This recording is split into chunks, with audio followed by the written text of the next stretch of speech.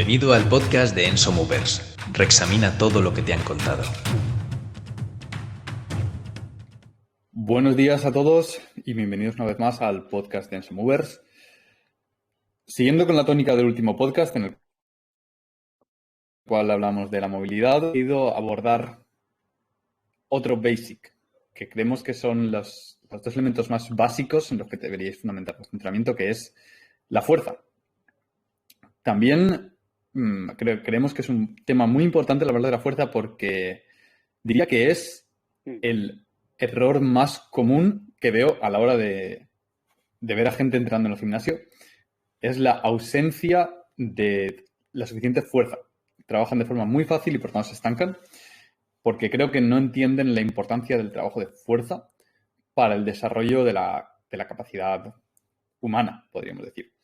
Y es que al final todo es fuerza y movilidad. Es decir, la movilidad podríamos decir que es el rango al que puedes acceder y la fuerza generalmente la definimos como la capacidad de gestión de cargas o de estímulos en ese rango. Pero en realidad la movilidad también viene dada por tu capacidad de gestión de fuerzas, como hablamos en el podcast anterior. Así que si no has escuchado, puedes entrar en nuestro podcast. Y por tanto la fuerza es un elemento fundamental en la práctica. Y en este podcast de hoy os queremos hablar pues un poquito de por qué pensamos que es un elemento fundamental, qué es, cómo lo categorizamos, fuerza y movilidad y sus relaciones, rango de intensidad y cómo trabajarlo, así como su relación con la técnica y otros puntos. Sí. Así que, sin más dilación, Pablo Vázquez. Muy bien, vamos al lío. Bien, yo arrancaría con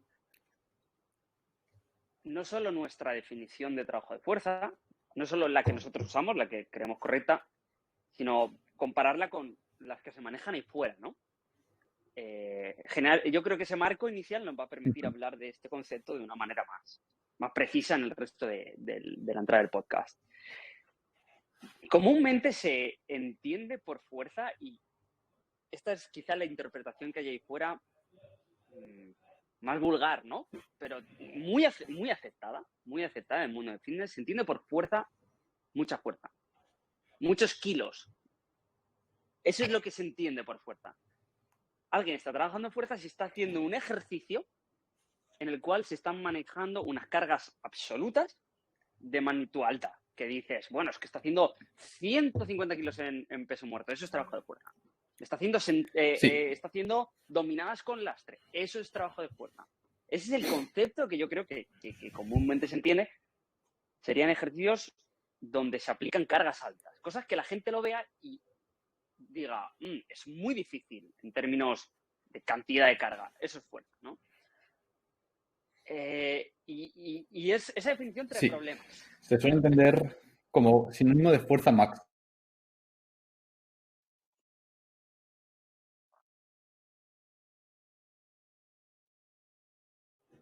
Creo que hay interferencias. ¿O se ha ido? Sí, ha vuelto. Decía que se suele entender como fuerza máxima cuando se habla de fuerzas. Y no solo como fuerza decías, máxima, acotada en un contexto en el cual se expresan cargas totales altas, porque fuerza máxima en flexión de dedo, nadie la considera. Bueno, o sea, si vas a muerte con una flexión de dedo con una intensidad altísima, la gente no entiende que eso sea fuerza. ¿Por qué no? Pero lo es.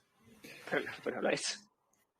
¿Sí? Yo creo Lo que que... toca decir, creo que es el siguiente orden de calidad, ¿no? El entendimiento que es la fuerza. El nivel base, la mayoría de gente yo creo que nunca se para pensar sobre esto, entiende por trabajo de fuerza la primera definición que he dado yo, ¿no? O sea, fuerza máxima en ejercicios en los que se expresa una carga total muy alta. El siguiente orden sería aquella gente que dice, no. Independientemente de la carga sería simplemente fuerza máxima. Es un trabajo en el cual trabajo con una intensidad tan alta que con dificultad soy capaz de gestionar el estímulo, pero lo soy capaz de gestionar. Ves una dominada cuando haces una repe, 2 repes, y dices, ostras, qué duro. Una flexión de dedo. A mí me gusta mucho la idea de Andreu Espina de que la fuerza es el lenguaje de las células. La idea de que es una versión un poquito más refinada quizá de lo que decíamos hace años de el bíceps solo sabe bícepetear y el glúteo glutear. Es decir, tus tejidos no saben lo que pasa afuera. Tus tejidos no tienen un ojo que dicen, está haciendo una sentadilla, está haciendo una dominada. Tu musculatura y tus tejidos simplemente entienden feedback interno, y si tú te imaginas que eres la célula que está ahí en medio de un grupo muscular, tú no ves lo que pasa afuera. Solo ves que de repente te estiran en una dirección y tú puedes... Y te llega un mensaje que dice, pues tengo que apretar en la otra. Es lo único que sabes hacer. Llega una señal que te dice contrae. Y luego que dice y tú contraes esto no fuerte. No hay otra cosa que haga la fibra. No hay otra cosa, exactamente. Entonces, para las células la fuerza es básico. Y lo que determina... Entonces, el entender esto significa que la única forma de comunicarte con tu musculatura y con tus tendones e incluso con tus huesos es a base de fuerzas. Pueden ser fuerzas más intensas, pueden ser fuerzas menos intensas, más prolongadas en el tiempo, menos prolongadas en el tiempo, más agudas, menos agudas, pero son fuerzas hasta el punto de que la presencia de esas fuerzas, meramente por el hecho de que los músculos insertan donde insertan, guía el crecimiento muscular y lo forma. Esto se ha visto en gente que tiene una pequeña deformación en una inserción y se crea un espolón óseo, o en gente que tiene una total atrofia muscular y que el hueso crece totalmente deformado, como gente con parálisis que acaba con malformaciones óseas después de muchos años, debido a que el músculo no está guiando al hueso para crecer por donde tiene que crecer.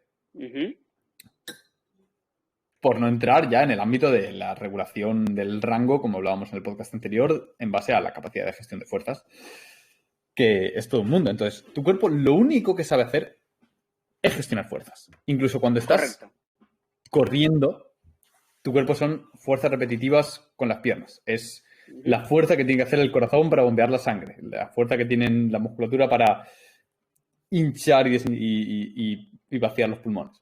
Luego, por supuesto, hay otros elementos como podría ser la cantidad de riego que llega a los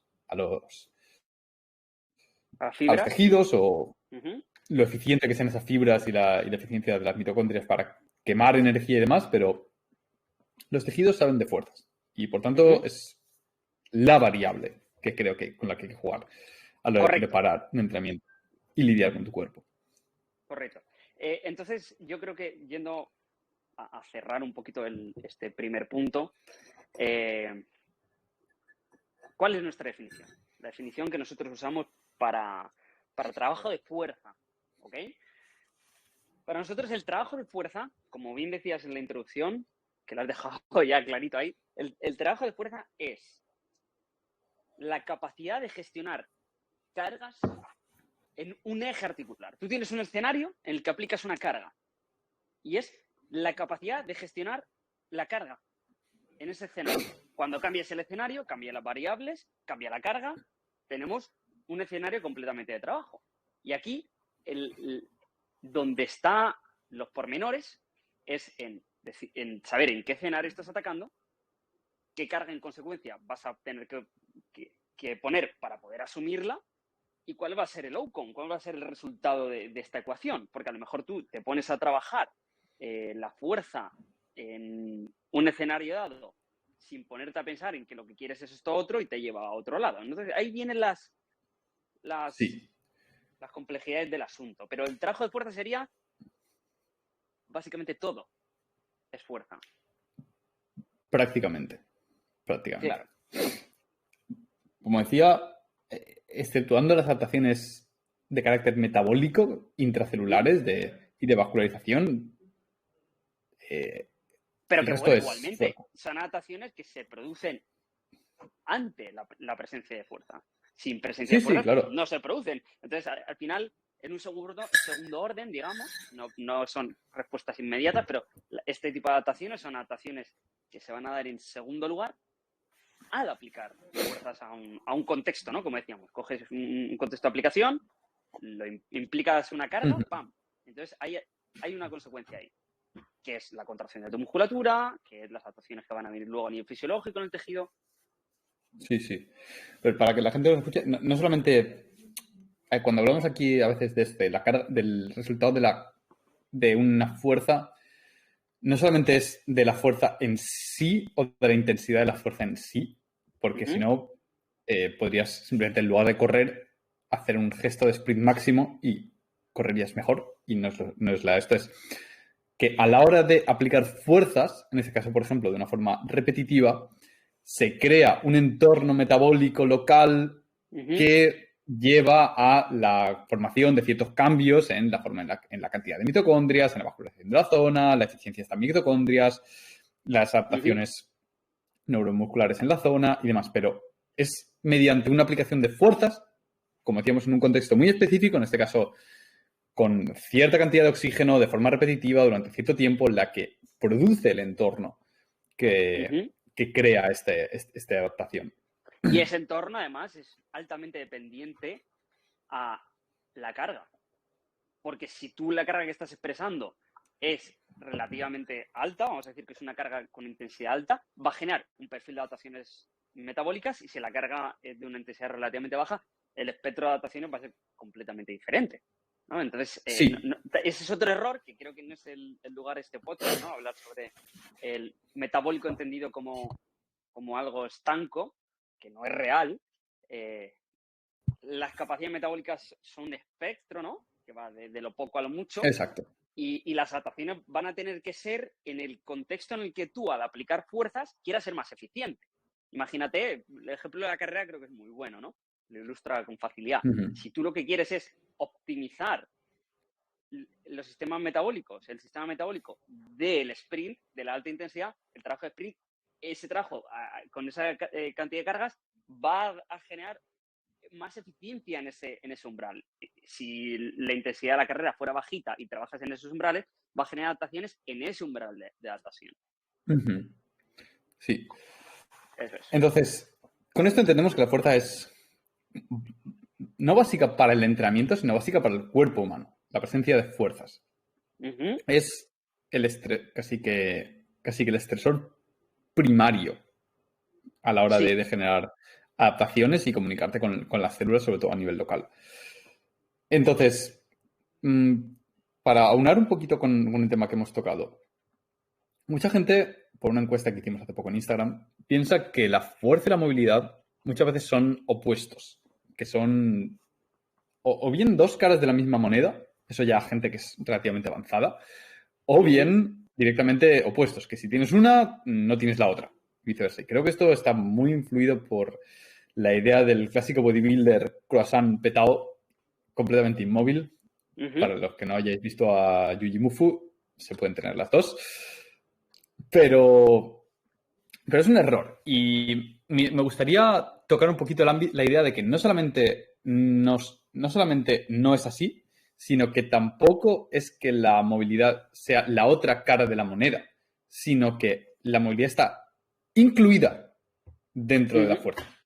La ganancia de fuerza incluye ganancias de movilidad. ¿Qué me dices a esto? Es interesante. Si tuviera que categorizarlo, diría que todo es fuerza. Y de ahí entra el concepto de movilidad. En cuanto a trabajo, ¿vale? Porque cuando hablamos de conceptos, las cosas se complican, ¿no? Pero en cuanto a trabajo, el trabajo de movilidad es el trabajo por el cual incremento el rango de una articulación. Y no tengo otro instrumento para cambiar eso que aplicar cargas, que aplicar fuerzas. Ya hemos dicho que toda carga que asumas es trabajo de fuerza. Pues el trabajo de movilidad es un trabajo de fuerza con un objetivo muy determinado, muy concreto, claro. En el que quiero aumentar el rango de movimiento. Exacto, que es mejorar el rango de movimiento. Por lo tanto, el tipo de estresores, el contexto de aplicación de estos estresores será muy específico. Solo funcionan ciertos contextos. En ciertos contextos, cierto porque, plano, imagínate, cierto ángulo. Claro, imagínate que tú quieres ganar cierta carga, flexión de hombro, ¿no? Que dices, ostras, con cierta activación, mi snatch o lo que sea y quiero mejorar ahí. Y me pongo a trabajar con cargas aquí abajo. Me pongo a hacer muchas flexiones. Por muchas flexiones que trabajes, por mucha fuerza que trabajes en este plano, no va a mejorar tu flexión glomerular. Sí. Muy difícilmente. Y no el contexto sería trabajar cerca de ese final de rango o en ese final de rango. Ahí, en ese contexto tendrían que darse lugar las cargas para mejorar en el objetivo de mejorar la movilidad.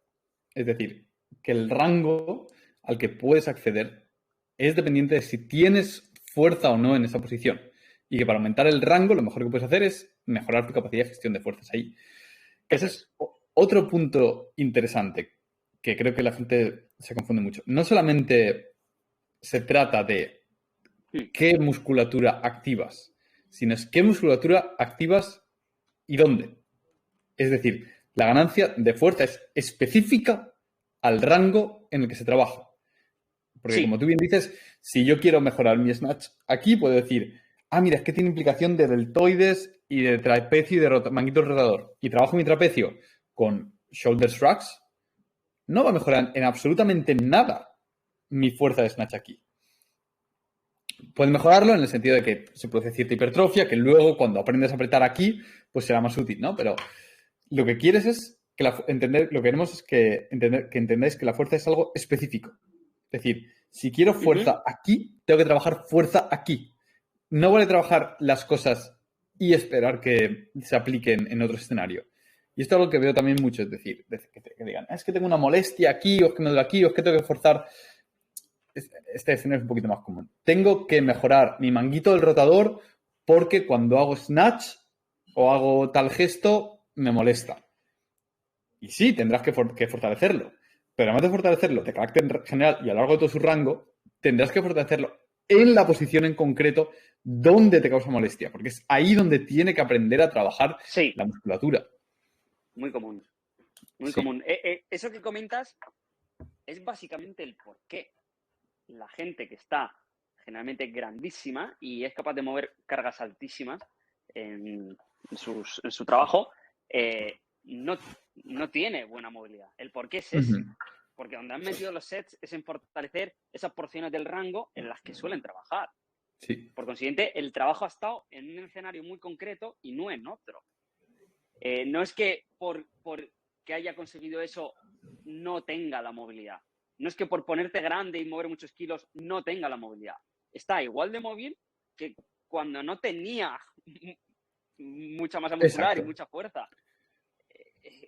Simplemente hay que pensar que está igual que tú, igual que todos, igual que todo el mundo por defecto, que toda la gente sedentaria por defecto, que no tiene una buena donde no has entrenado, solo que ha optimizado esta variable y esta está aquí arriba, igual. Pero la variable de la movilidad sigue ahí abajo. Sigue ahí abajo, eso es. Y de hecho es interesante, y creo que vale la pena recalcarlo, la idea de que la fuerza es específica del escenario. Y esto es un error. Casi todo en el cuerpo humano acaba siendo específico en el escenario, porque el cuerpo no genera una adaptación. Las adaptaciones son muy costosas para el cuerpo. Entonces, tu cuerpo no va a generar una adaptación que no le sea útil, porque sería un gastar de forma excesiva recursos. Entonces, si tú eres fuerte en un rango, estás no solamente creando masa muscular, que creo que es el error muy común de la concepción de fuerza, que se piensa que es generar más masa muscular, que es otro punto al que deberíamos tocar. Sí. La fuerza y los componentes a nivel muscular y neuronal, pues no solamente es poner fuerte una musculatura, es crear un patrón neuronal de cómo reclutar las fibras musculares en esta posición para generar fuerza en esta dirección. Entonces, la gente no está fuerte. La gente está fuerte en este plano y en este ejercicio. O en este plano y como en esta carga. Es decir, puedes estar muy, muy, muy fuerte levantando cosas del suelo y estar muy flojo levantándote a ti mismo con una dominada. Es el caso súper común. Yo he visto powerlifters levantar 200 kilos del suelo, 200 y pico, y llorar haciendo 5 dominadas. Porque le dedican una cantidad ingente de tiempo a hacer pesos muertos y demás, y una cantidad ínfima a hacer dominadas. Sí. O el clásico de tirar en back squat una barbaridad de kilos y no hacer una pistol. También. Porque es específico y a nada que cambias un poquito el ángulo de un eje articular, la pérdida de fuerza puede ser tremenda. Es por eso que es muy importante diversificar en el entrenamiento. Sí. Un poquito aquí, un poquito allá. No diversificar constantemente, pero regularmente cambiar tu práctica para exponerte a nuevos escenarios, nuevas situaciones y nuevos ángulos. Sobre todo, claro, entendiendo esto como lo estamos explicando, una persona que lo que quiere es ser capaz, ¿no? Creo que es uno de los motores por los cuales la gente hace trabajo de fuerza, ¿no? Quiere ser capaz, verse capaz, sentirse Sí. capaz, en términos generales. Claro, si solo hago press de banca como patrón de empujón, sentadillas y como mucho dominadas, que pueden ser ejercicios muy interesantes.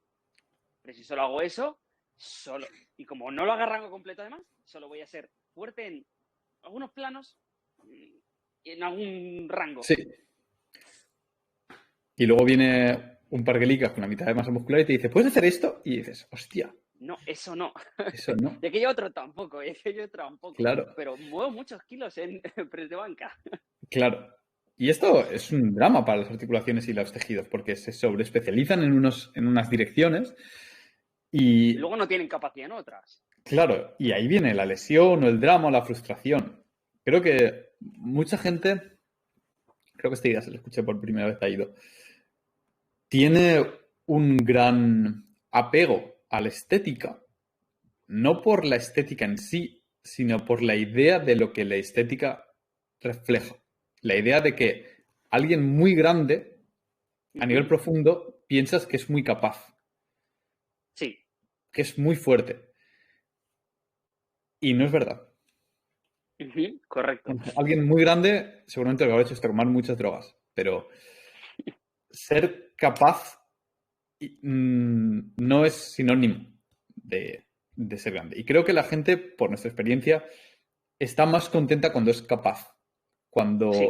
se sienten que están mejorando en sus capacidades. No solamente se Entonces, ven más grandes. Pau, si esto es así como nosotros decimos y la gente que nos oiga, si le ha cambiado algún paradigma y dice, ostras, es que entonces si yo lo que quiero es mejorar mi capacidad, bueno, ahora con este nuevo marco de trabajo de fuerza, ¿qué debo hacer en mi práctica de fuerza?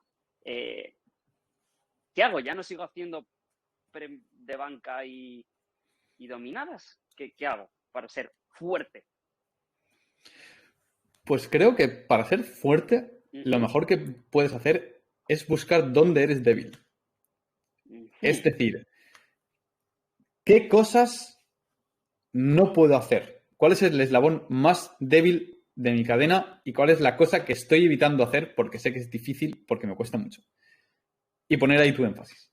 Es como el ejemplo de la cadena que ponen muchas veces, ¿no? Que una cadena es tan fuerte como su eslabón más débil. Búscate el eslabón más débil. Trabaja en eso. Siguiente eslabón más débil. Trabaja en esto, en eso otro, y en eso otro, y en eso otro. Y al final, en conjunto, tendrás una cadena muy robusta. Que eso no quiere decir que no trabajes en ninguno de los otros eslabones. Si tu eslabón débil es, yo que sé, mi eslabón débil ha sido el empujón por muchísimos años. Eso no significa que no trabajara el empujón, o sea, el tirón, que era mi eslabón fuerte. Pero la mayoría de mi trabajo iba orientado a la mejora de mi eslabón débil. Y puede ser, el eslabón débil puede ser un patrón en concreto por sus requerimientos de fuerza. Puedes decir, mi sentadilla está mucho más atrás que mi peso muerto, o mi handstand push-up está mucho más atrás que mi planche, lo que sea. O puede ser por rango directamente, es decir, no puedo acceder a este rango. Y mi eslabón débil es que en este rango soy débil. Esto también se ve mucho soy muy débil en sentadilla profunda. Inaceptable. Ya. O en esta posición no es que no pueda entrar, pero me siento inestable articularmente. Pues ahí. Las debilidades e inestabilidades son como carteles, deberías tomártelo como carteles de neón que te dicen, entrenamiento aquí. Trabaja aquí, correcto. Sí. Muy buen punto. Sí. Muy buen punto. Más variables que debería tener en cuenta la gente de cara a ponerse fuerte con este marco recién aprendido de la fuerza. El contexto evolutivo creo que sería la clave. O que viene un poco en el sentido de, suena un poquito fancy, que decimos contexto evolutivo, pero más bien diría aprender anatomía o biomecánica. Es decir, entender qué puede hacer cada una de sus articulaciones como humano. Es decir, Sí. el hombro ¿qué movimientos puede hacer? La Claro, cadera, ¿qué movimientos puede hacer? por Y ello iba a decir, estarás claro, hace fuerte falta... cuando la única limitación de rango sea ósea. Es decir, un ejemplo muy básico. El codo, por ser una articulación extremadamente sencilla, puede ir desde una completa extensión hasta casi 180 grados de flexión. Vamos a decir, de Ujú. 160, algo así. Pues quieres que en esos 160 grados sea fuerte. No quieres que cuando esté totalmente extendido sea débil, ni cuando esté totalmente flexionado sea débil, ni que a mitad pierda fuerza. Esto que en el codo es muy sencillo, pero empieza a ser más complicado cuando dices, bueno, el codo, pero el codo con la muñeca en supinación y con la muñeca en pronación. Y Claro. con el hombro en flexión, con el hombro flexionado o con el hombro en extensión. Y sabemos que cambia tremendamente, ¿no? Claro. Las infamous pelican push-ups que te destruyen el bíceps. Claro. Es diferente.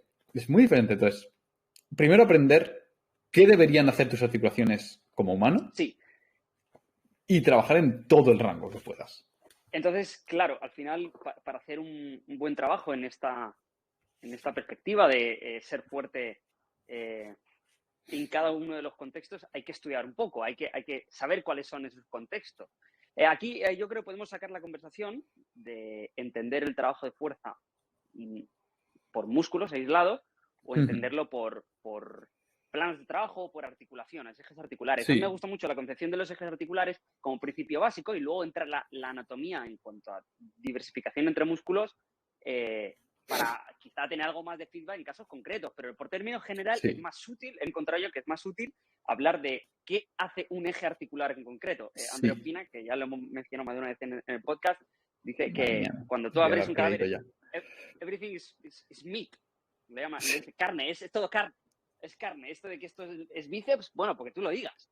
No es tan Sí. fácil a nivel fisiológico encontrar las separaciones en el tejido entre esto y esto otro. Por consiguiente, hay músculos que es realmente complicado. Entre aductor y isquio en cierto momento, entre isquio y cuádriceps, hay un continuo prácticamente. Las separaciones Sí. en cuanto a capacidad, en cuanto a funcionalidad, son muy complejas. Tanto que unos actúan en la función que se supone que tiene que actuar el otro, según en qué contexto, etcétera, etcétera. Entonces, hablar Que de es algo trabajar muy armónicamente un inteligente músculo, evolutivamente, si lo por piensas. supuesto, por supuesto. Porque si tuvieras músculos muy diferenciados, en el punto entre músculos, o la dirección que no se encarga este músculo ni se encarga este, serías débil. Serías O incapaz, probablemente, serías, en el borde, en la línea en medio, si claro. aplicas cargas ahí, me desactivo, no se funciona. O incluso si se crea una lesión en una musculatura y no tienes ninguna otra que la pueda suplir, Sin backups, claro. sería un sistema tremendamente frágil. Y desde luego la evolución no diseña sistemas frágiles. No va por ahí, no va por ahí la película. Pues muy interesante, sí, yo tiraría por ahí eso. Creo que Patrones, ¿no? patrones, O ejes articulares, sí, sí. patrones y ejes articulares. Creo que para cualquiera que esté interesado en entender este approach de trabajo de fuerza, lo que hay que aprender es qué es capaz de hacer cada articulación. Y entender qué es capaz de hacer cada articulación y observarse a uno mismo permite ver, es una herramienta valiosa para valorar dónde están esas eslabones débiles en las cadenas que comentaba Sí. Pau, ¿no? Pues si tengo una articulación que hace esto en mi cadena, yo puedo, no puedo, ¿de dónde peco? Pues esos son mis eslabones débiles. Creo que ese feedback es poderoso. Sí. Y otro feedback que también es poderoso, que debería la gente intentar adquirir, es un marco de referencia, de esto es mucho, esto es poco, porque claro, sin marcos de referencia es Sí. complicado decir, ¿cuánto debería ser capaz mi bíceps versus mi tríceps, versus mi cuádriceps, versus, y ya no hablando de músculos, sino de funciones, mi flexión de cadera versus mi flexión de hombro? ¿Debo trabajar aquí, allá? Para eso nosotros hemos creado una estructuración basada en todos los años que llevamos de trabajo. Hemos hecho una estructura que lo llamamos el árbol de ejercicios o esquema de básicos, en el cual hemos integrado, equiparando en dificultad todos estos nichos de trabajo de fuerza, también con trabajo de movilidad y otras subdisciplinas, de manera que nuestros estudiantes puedan en un vistazo tener este feedback, ¿no? Decir, ¿qué Sí. puedo esperar? ¿Qué tiene comparativa con esto otro? Pero si... creo que es muy útil decir.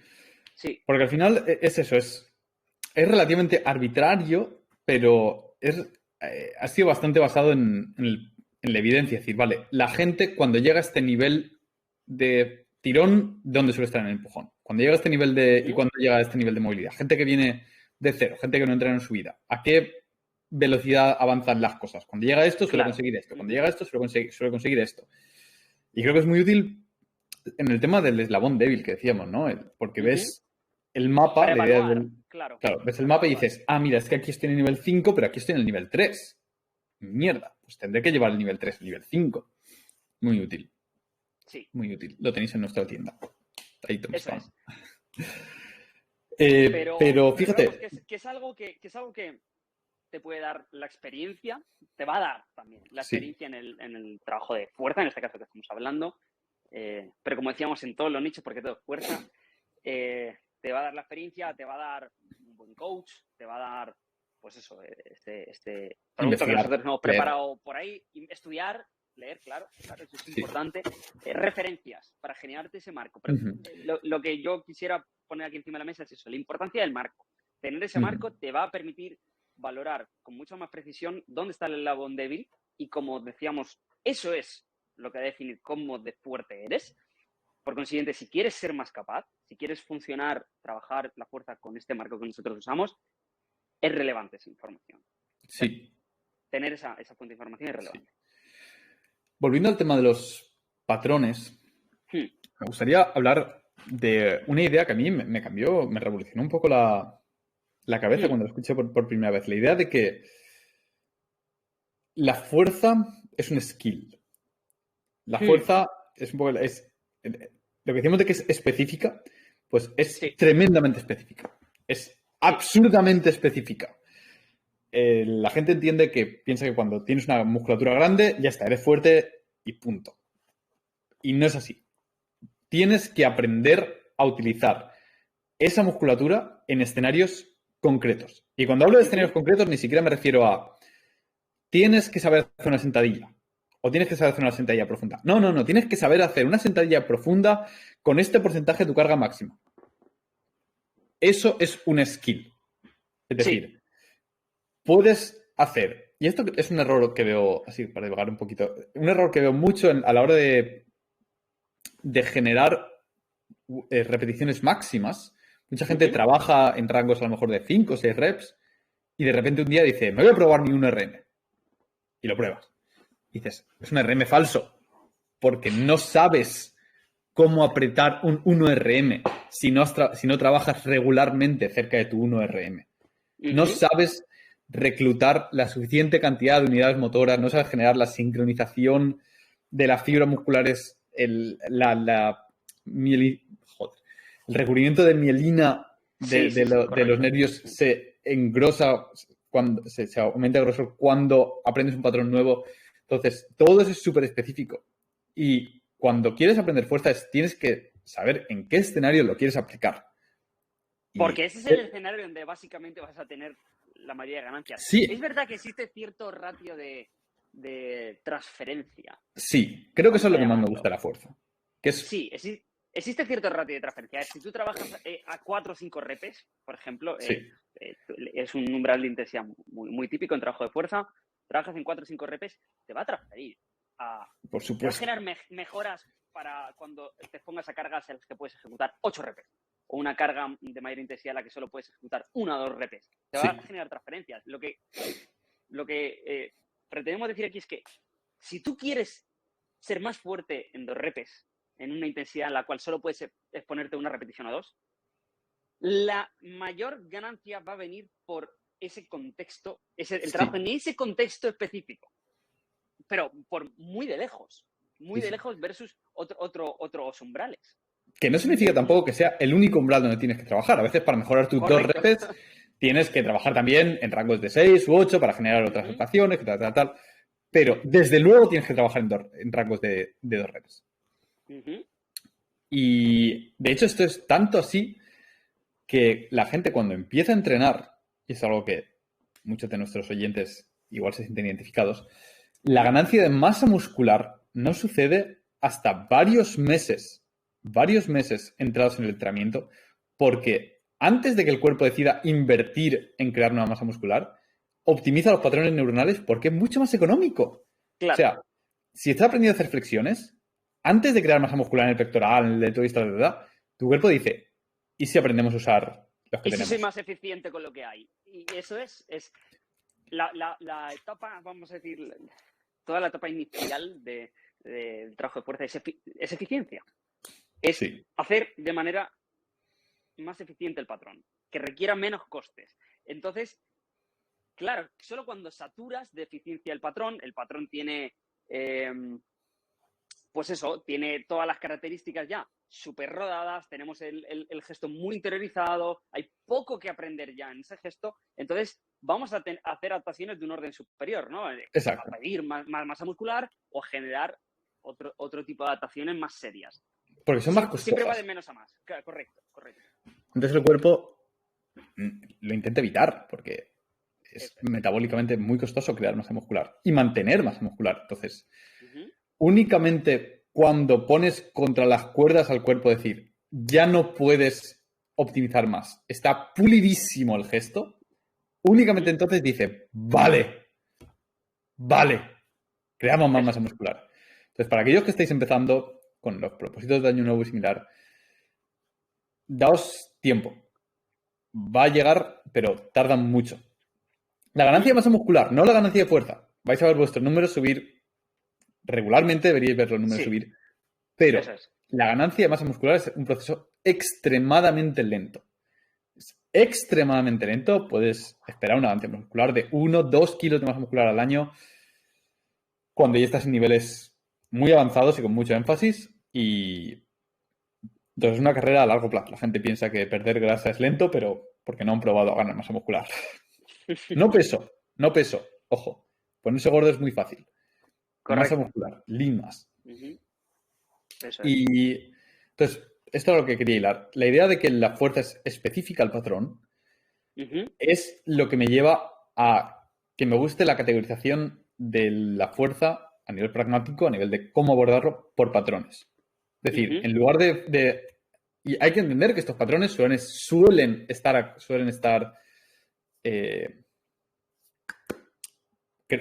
conformados. Sí. Formados por diferentes... por articulaciones haciendo un ejercicio en concreto. Pero la idea de un patrón es gestos articulares concretos que suelen encontrarse de forma sinérgica. A ver, para que la gente lo entienda. La idea de, por ejemplo, categorizar el trabajo de fuerza en tirón y empujón. Cuando estás acercando a las cosas hacia ti o cuando estás alejando las cosas de ti. En lugar de entenderlo como trabajo de pectoral, deltoides, tríceps, que suele ser la categorización bodybuilder estándar, entenderlo como trabajo de empujón. Estoy empujando. Porque a la hora de lidiar, como la fuerza es específica, a la hora de expresarte en forma de fuerza, no lo vas a hacer a base. Tú no le dices a tu cerebro contra el bíceps, contra el tríceps, contra el deltoides. Tú empujas. Claro. Entonces, al ser escenario específico, creo que es más interesante tener un marco que refleje la aplicabilidad y entender tu entrenamiento más como estoy practicando este patrón. Porque al final, como decíamos, es eso. Tu cuerpo aprende de patrones a la hora de ejecutar fuerza. Entonces, ¿cuáles dirías que son los patrones básicos? Yo creo que aquí podemos establecer el esquema de mega básicos, porque luego eso se va ramificando hasta el infinitum, hasta el patrón específico en este ángulo en el que hago aquello, ¿no? Pero los patrones mega básicos los patrones mega básicos serían tracción, empujón y tren inferior, que básicamente sería un tipo de empujón de extensión, de cadera, rodilla, siempre. la triple extensión, digamos, ¿no? De cadera, flexión, cadera, rodilla, tobillo, ¿no? Entonces, en tren inferior, si quisiéramos hilar un poquito más fino, quizás estar el empujón vertical y horizontal, creo que sería lo único, pero sí, luego aquí entraría... Casi ni vale la pena. Empujar, por ejemplo. Ejercicios de empujón. Podríamos diversificar si queremos ser más precisos con las ganancias y tener menos, como decíamos, menos eslabones débiles en mis cadenas. Podríamos aprender a empujar en un plano horizontal, en un plano vertical descendente. En la tracción igual, podemos aprender a traccionar más en vertical, más en horizontal. Gestos más complejos en los cuales pasan por aducción. Se va complicando la cosa a medida que vamos desgranando estos patrones más básicos, ¿no? Estos elementos más básicos. Pero creo que el marco es ese. El marco sería tracción empujón en tren superior y la triple extensión en tren inferior. Trabajo de tren inferior, por resumen. Sí. Y eso como marco. Como marco ir básico. Ir atacando los diferentes patrones que van a tener más o menos requerimientos en unas articulaciones o en otras en cada uno de esos patrones.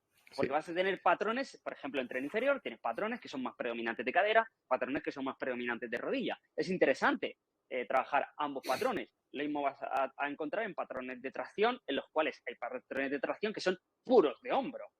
Tienen muy poca implicación a nivel de codo. Hay otros, en cambio, que tienen altísimas implicaciones de codo. Entonces, esto, dependiendo un poquito, pues eso, donde estén tus carencias, lo que busques. Como decíamos antes, dependiendo de lo que busques, deberías elegir unos patrones específicos u otros dentro de esta macroestructura, ¿no? De tracción, empujón.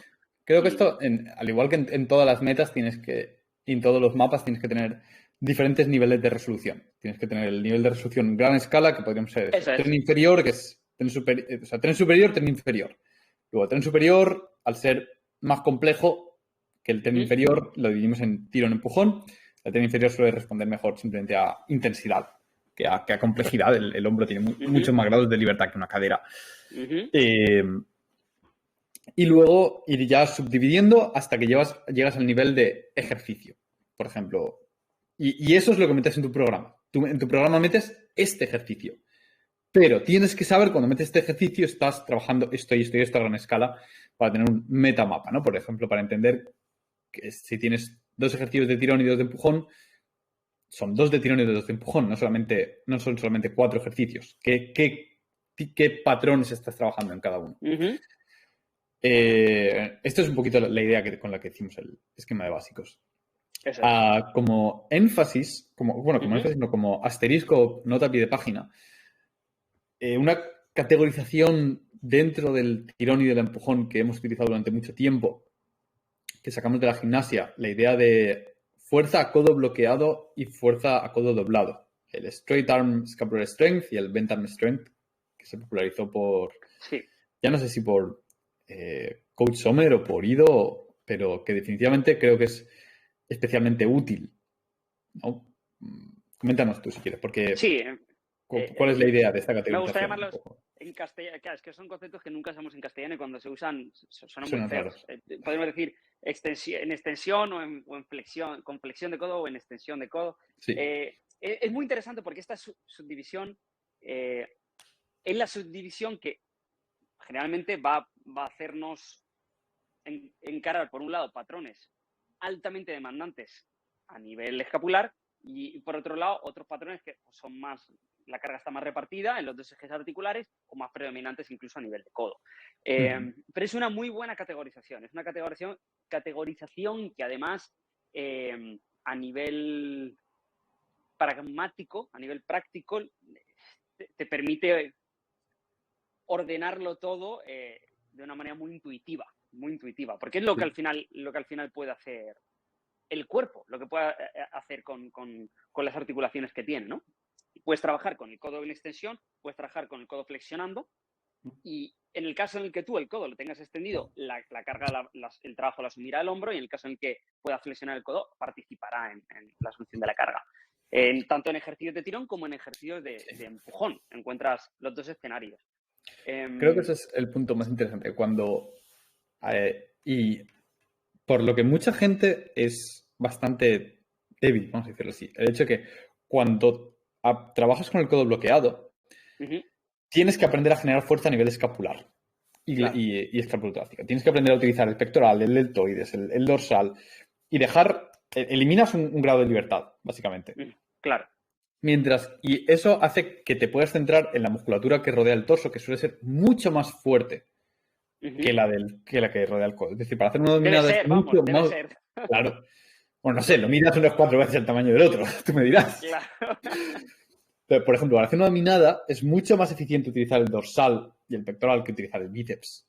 A pesar de que el bíceps puede estar involucrado. Entonces, si sabes maximizar la involucración de la musculatura más eficiente para el trabajo, si sabes reclutarla mejor, vas a poder generar mucha más fuerza al final. Y creo que mucha gente que nunca ha trabajado el tema de a codo bloqueado o codo versus codo flexionado tiene una tremenda carencia de control motor a nivel escapulotorácico y glenohumeral. Sí, sí, sí. Y por tanto utilizan como elemento motriz la musculatura del codo, cuando no debería ser una musculatura motriz. La musculatura del codo es casi que una forma de transmitir la fuerza de la musculatura del torso a la mano. Es como una cadena de transmisión. Que también sea el caso de que, como habitualmente la gente no trabaja movilidad, entonces habitualmente, y además es muy habitual también no trabajar los ejercicios en su rango completo de trabajo por miedo a los extremos, en los que nos sentimos muchas veces débiles, eso lleva, pues, desde luego, perpetuar esa debilidad a los finales de rango. Por consiguiente, también sea el caso de que cuando se trabaja en extensión de codo, con gestos predominantes de escápula, digamos, o de hombro, te sientas débil e incapaz, incluso a nivel de codo, de gestionar esas cargas. Sí, claro. No siendo un ejercicio para codo, pero claro, eso significa que eres tan débil en ese final de rango que es el eslabón débil en la cadena, ¿no? Entonces, presta atención, trabájalo, sé capaz, es una buena cosa poder ser capaz de extender tu codo y que no sea el protagonista en un gesto que primordialmente la carga la asume la escápula y el hombro. Eso es un tema interesante, ¿no? Luz roja diciéndote, aquí hay un drama, resuélvelo. Sí, este ejercicio también abordado por Andrés Pina. Este ejercicio es de hombro. Y dices, bueno, ya. Pues a lo mejor sí, a lo mejor no. Por ejemplo, ese, ¿no? Haces una... Para que los que nos estáis oyendo, brazo en posición supino, codo extendido, coges una pesa de 10-15 kilos y la tienes que llevar overhead con el codo totalmente extendido. La articulación que primordialmente se mueve es la glenohumeral y un poquito la escapulotorácica. Pero lo más seguro es que la mayoría de vosotros, con 15 kilos, notéis que el codo es lo que peta. Pero el codo no se mueve. Entonces dices, bueno, ¿es un ejercicio de codo o es un ejercicio de hombro? Y dices, pues ya. Depende de lo que quieras y depende de lo que esté débil. Es este baile entre el marco y el ejercicio y los eslabones débiles y los eslabones fuertes lo que determinan que un ejercicio hace una cosa o hace otra. Como la gente que te dice, este ejercicio es de bíceps, este es de tríceps. Pues, esto es dorsal y dices, pues es dorsal o no. Claro, dominar de bíceps o... Claro, exactamente. Es bastante de broma, es como, bueno, está bien. Será de bíceps la dominada. Sí. Cuando el bíceps a lo mejor no es lo que tiene. A lo mejor un ejercicio puede ser de manguito el rotador y desde fuera dices, no parece nada que sea manguito el rotador. Y dices, ya, pero es que yo ahí tengo débil el manguito el rotador. Entonces lo que me interesa es que se involucre en esta posición. Eso es. Entonces, es interesante ese. Un buen a ver, como para cerrar, diría yo, sí. vamos a dar cada uno un par de consejos prácticos a la gente, ¿no? A la hora de aplicar este entrenamiento. ¿Cómo, si alguien escucha esto y dice, Dios, es verdad, quiero entrenar fuerza, ¿cómo empiezo a entrenar fuerza? Vale, de lo simple a lo complejo. Sí. Punto. Yo creo que ese es el primer consejo que le daría a cualquier persona que quiera trabajar en general. Parte de lo simple a lo complejo. No quieras irte a planos súper complicados cuando un plano de trabajo más elemental no eres capaz de gestionar cargas ahí. Por ejemplo, vamos a decir, no quieras hacer sentadillas a una pierna si a dos piernas no eres capaz de gestionar estímulo. Es un buen ejemplo, ¿no? O sea, si yo bajara con dos piernas en una sentadilla ya es drama, me colapsan las rodillas, no soy capaz de gestionar más de 10 kilillos. No encares pistols, es estúpido. Aunque sea con asistencia, si cojo una goma y... No. Vamos a ver, de lo simple a lo complejo. porque además esto es un marco que te genera continuidad en una dirección, ¿no? Sí. Forever, en el trabajo. Eso yo creo que sería un punto clave. Siempre, lo simple a lo complejo. Segundo punto, bueno, yo creo que ya lo hemos visto antes, pero para tatuárselo en la frente, céntrate en los puntos débiles. Céntrate en los puntos débiles. Tanto es así, que es lo que determina la carga en un ejercicio. Sí. Incluso cuando ya has encontrado un contexto, ¿vale? Tú imagínate que dices, bueno, ya tengo claro que lo que quiero mejorar es mi sentadilla. Venga, la herramienta va a ser el back squat. Vale, dentro del back squat, ¿cuál es el punto débil? En ese contexto específico, me colapsan las rodillas cuando llego a cierta carga. Vale, pues es el que no colapse, o sea, el colapso de la rodilla hacia rotación interna, tu marco que determina la carga. Si asumo una carga en la cual me tienen que colapsar, no, mal. Aunque puedas hacer la sentadilla en términos generales. Entonces, ese principio también tiene mucha aplicabilidad práctica. Es decir, bueno, pues punto débil siempre es el que determina la carga, no solo el que determina el marco de lo que debería trabajar o no debería trabajar. Por ejemplo, en un ejercicio de curl de bíceps, anda que no he visto infinidad de gente en el gimnasio evitar la extensión completa de codo en un curl de bíceps porque se hace daño, claro. Si tiras los kilos que tira 90 grados en máxima extensión de codo, sobre todo en un predicador, es que es lesivo. Bueno, por supuesto que es lesiva esa carga que estás asumiendo en esa máxima extensión de codo. Es que muy probablemente lo que deberías hacer en ese curl de bíceps es bajar el peso a aquella carga en la cual puedas ir a ese final de rango. Y si trabajas un poquito ahí, enseguida vas a ver que puedes tirar a final de codo la carga con lo que asumías antes el resto del ROM. Entonces, ese es otro contexto, otro punto que yo creo que es importante. Yo creo que voy a dar un consejo a nivel programático. Y creo que a la hora de escoger la intensidad, tienes que, quitando eslabones débiles raros, ¿no? Como decías, de decir, vale, es que si cojo esta carga en sentadilla me colapsan las rodillas, pero puedo hacerlo. Bueno, pues baja la carga para que no se colapsen las rodillas y escala a partir de ahí.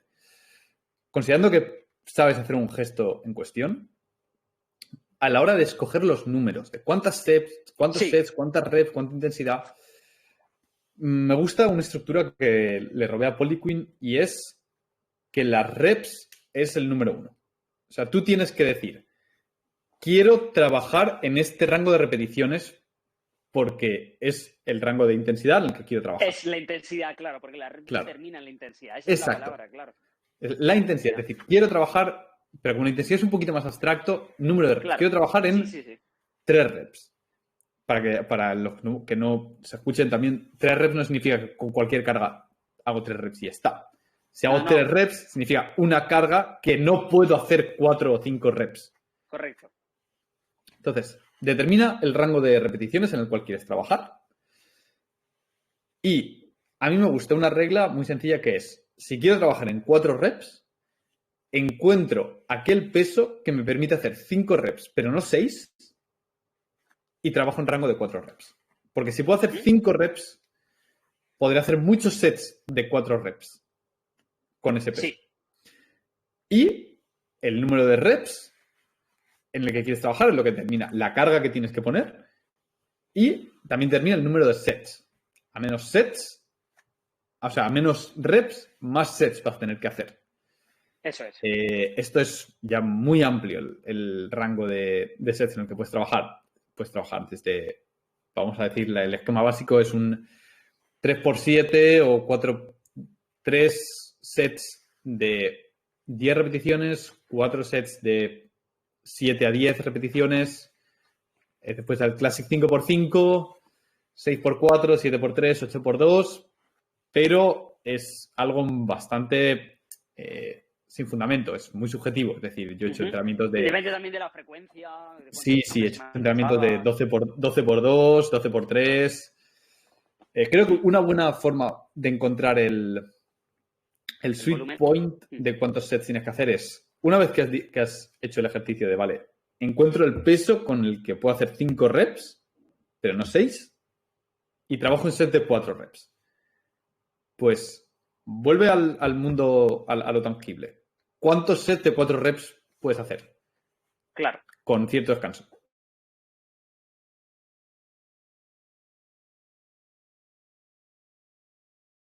Creo que te has ido. Espero que esto se esté grabando. Sí, se ha comprometido un poco la... Bueno, creo que... Sí. Busca cuántos sets puedes hacer con 4 reps. Porque hay gente que... Porque esto es muy variable. Hay gente que con un 80% de intensidad de su 1RM te hace 3 sets, pero hay gente que te hace 8. Entonces, quieres encontrar cuál es la cantidad de estímulo que te es necesario a ti. A mí me gusta dejarlo cuando se me han caído 2 reps de la recámara. O sea, estoy trabajando, por ejemplo, a 4 reps, hago sets. Si se cae una rep de vez en cuando, todavía lo empujo un poquito. Cuando ya veo que digo, vale, llevo 2 sets en los cuales he hecho 2 reps y muero, has llegado al número de sets con el que tienes que trabajar, más o menos. Un poquito menos. Digamos que haces 8 sets, pues a lo mejor tienes que trabajar sobre 6, 7 sets con eso y escalar a partir de ahí. Y escalar en algo con la idea de escalar en lo que sea, siempre que sea hacia adelante. Mete otro set más, eso es progresar. Mete otra rep más, eso es progresar. Mete más kilos, eso es progresar. Y avanzar a partir de ahí. Eso es, buen tip. Eso me ha hecho pensar en otro, aunque ya he dado mis dos tips, pero aporta otro que es que claro, podemos hacer un podcast solo de tips de trabajo. El keep it simple en cuanto a cuántas cosas atacas a la vez. No quieras un programa lleno de purpurina, no quieras estar haciendo 10 ejercicios para trabajar tu Eso es muy bueno. Aquí y allá, y es que... Uno de empujón, uno de tirón, uno de tren inferior. Correcto, 3 objetivos primarios en trabajo de fuerza. Uno de tirón, uno de empujón y uno de tren inferior. Y si tienes un alto commitment en tu práctica, a lo mejor estoy hablando de capaz de dedicarle horas de trabajo todos los días. Sí. Entonces, un segundo objetivo, máximo un tercero si hacen sesiones dobles a lo mejor, pero máximo eso, 2 objetivos como mucho, uno primario y uno secundario en cada uno de estos planos. Y puedes jugar entonces con, mira, es que mi objetivo primario es de straight arm, es primordialmente un empujón de escápula-hombro, y el secundario tiene más predominancia a nivel de codo. Ok, juegas con esas estrategias programáticas si quieres, pero manténlo simple. Pero eso ya estamos hablando de gente que entrena 5 o 6 días a la semana, un par de horas. Sí. Para empezar, si entrenas con menos beginner, y no llevas tirón, varios empujón, años. Uno de tren inferior y... movilidad. Cuida eso, trabaja eso, correcto, trabaja movilidad. Y movilidad.